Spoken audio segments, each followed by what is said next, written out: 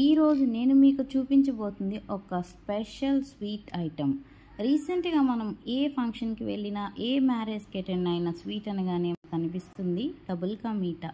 Muslims వెడ్డింగ్లో అయితే ఇంకా చెప్పనవసరం లేదు. ఇదైతే very very special sweet Muslims భోజనాల్లో. అయితే ఇది మనం ఎలా చేసుకోవాలో చూసే ముందు welcome to my channel Priya's arts and vlogs. నా ఛానల్ని మీరు ఫస్ట్ టైం చూస్తున్నట్లయితే welcome to my channel and subscribe చేసుకోవడం మర్చిపోకండి. బెల్ ఐకాన్ని ప్రెస్ చేయండి. ఎనీ నోటిఫికేషన్ అనేది మీరు మిస్ అవ్వకుండా ఉంటారు. దీనికోసం అయితే నేను ముందుగా 6 స్లైసెస్ ఆఫ్ బ్రెడ్ని తీసుకున్నాను. దాని ఎడ్జెస్ని అయితే ఇలా కట్ చేసేసుకుంటున్నాను. మీరు కూడా మీకు ఎంత క్వాంటిటీ కావాలో దానికి సరిపడా బ్రెడ్ తీసుకొని ఎడ్జెస్ అయితే ఇలా కట్ చేసేసుకోండి. నేను ఇలా 6 పీసెస్గా ఈచ్ బ్రెడ్ స్లైస్ని కట్ చేసుకుంటున్నాను. అవి మనకి ఫ్రై చేసుకునేటప్పుడు ఈజీగా ఉంటాయని. మీరు కూడా మీకు నచ్చిన విధంగా 4 పీసెస్గా కానీ 6 పీసెస్గా కానీ కట్ చేసుకోండి. ఇలా కట్ చేసుకున్న పీసెస్ అన్నీ ఒక ప్లేట్లోకి తీసేసుకున్నాను. ఇప్పుడు అడుగు మందంగా ఉన్న ఒక ప్యాన్ తీసుకొని దాంట్లో నెయ్యి కానీ నూనె కానీ ఏదైనా మీ ఇంట్లో అవైలబుల్గా ఉన్నది 4-5 టేబుల్ స్పూన్స్ తీసుకొని ఇలా మనం ముందుగా కట్ చేసుకున్న బ్రెడ్ స్లైసెస్ని దాంట్లో వేసుకొని 2 సైడ్స్ మనము టర్న్ చేసుకుంటూ ప్రతి పీస్ కూడా క్రిస్పీగా గోల్డెన్ బ్రౌన్ వచ్చేంత వరకు ఫ్రై చేసుకోవాలి. కేర్ఫుల్గా ఉండండి, అవి మరీ రెడ్డిష్ బ్రౌన్గా అయిపోకూడదు. గోల్డెన్ బ్రౌన్ అండ్ ఇంకా క్రిస్పీగా మారేంత వరకు మాత్రమే ఫ్రై చేసుకోవాలి. మీకు కావాలి అనుకుంటే మీరు డీప్ ఫ్రై కూడా చేసుకోవచ్చు. అలా అయితే ఎక్కువ ఆయిల్ పడుతుంది కాబట్టి నేనైతే ఇలాగా షాలో ఫ్రైకి ప్రిఫర్ చేస్తాను. మీకు ఎలా కావాలంటే మీరు అలా చేసేసుకోండి.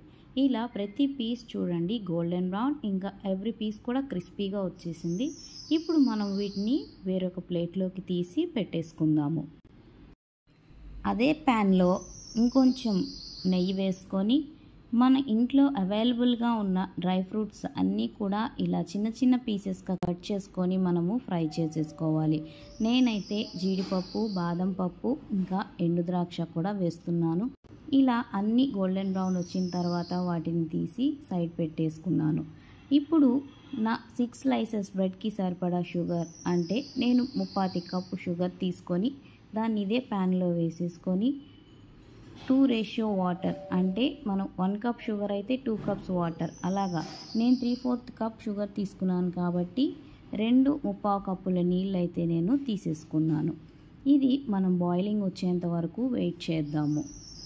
పాకం అయితే రావాల్సిన అవసరం లేదు, జస్ట్ స్లైట్గా స్ట్రింగ్స్ అనేవి వస్తే చాలు. మనం 2 ఫింగర్స్తో టచ్ చేసినప్పుడు అది తీగలాగా వస్తే సరిపోతుంది. తీగ పాకం అంటారు కదా, నేను వీడియో ఎండింగ్లో చూపిస్తాను, చూసేయండి. ఇప్పుడు దీంట్లోనే మనము చిటికెడు యాలక్కాయ పొడి కూడా వేసుకుంటే స్వీట్కి మంచి ఫ్లేవర్ అనేది వస్తుంది. ఈ షుగర్ సిరప్ అనేది బాయిల్ అవ్వడం స్టార్ట్ అయ్యింది.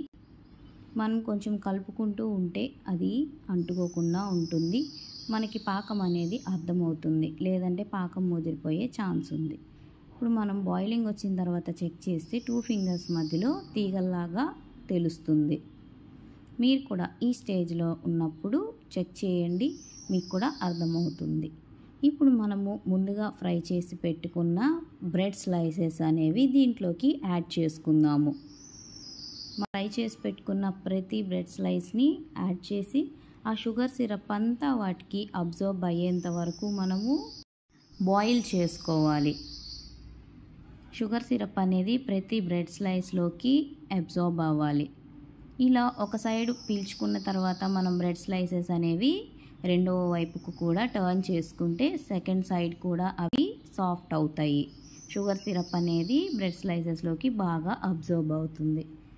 ఇలా మనం టర్న్ చేసుకునేసరికి మాయిశ్చర్ కంటెంట్ అనేది బ్రెడ్లోకి ఎవాపరేట్ అయిపోయిన తర్వాత వాటర్ కంటెంట్ అనేది బాగా తగ్గిపోతుంది. దీంట్లో ఇప్పుడు మనము ½ గ్లాస్ మిల్క్ అయితే యాడ్ చేసుకోవాలిగా కలుపుకుంటూ. కొంతమంది దీంట్లో కోవా కూడా యాడ్ చేస్తారు, అది వాళ్ళ ఆప్షన్.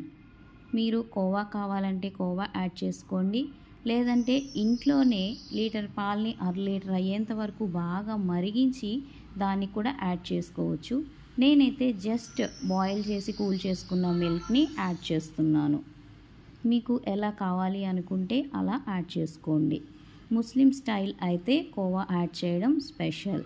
అది బ్రెడ్ హల్వాకి కొంచెం రిచ్ టేస్ట్ అయితే ఇస్తుంది. కొంచెం థిక్ టెక్స్చర్ ఇంకా రిచ్ టేస్ట్ అనేది వస్తుంది. దీంట్లోనే మనం కావాలనుకుంటే టూటీ ఫ్రూటీ చెర్రీస్ కూడా యాడ్ చేసేసుకోవచ్చు. డ్రై ఫ్రూట్స్ అనేది మన ఆప్షనల్, ఎన్ని కావాలంటే అన్ని యాడ్ చేసుకోవచ్చు స్వీట్లోకి. ఇప్పుడు చూడండి, పాలు అనేవి బ్రెడ్లోకి అబ్జర్వ్ అయిపోయి మనం ఫస్ట్ ఫ్రై చేసుకున్నప్పుడు వేసిన ఆయిల్ కానీ గీ కానీ బయటికి రావడం అయితే స్టార్ట్ అవుతుంది.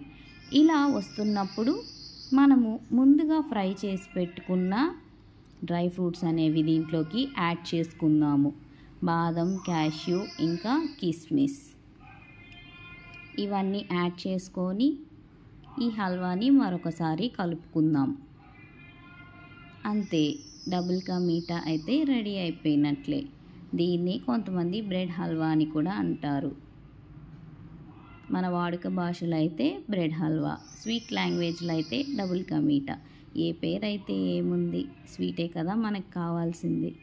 ఇంతకీ ఈ స్వీట్ మీరు ఎప్పుడైనా ట్రై చేశారా? మీకు ఎలా అనిపించింది? ఎప్పుడు ట్రై చేయకపోతే ఒకసారి ట్రై చేయండి.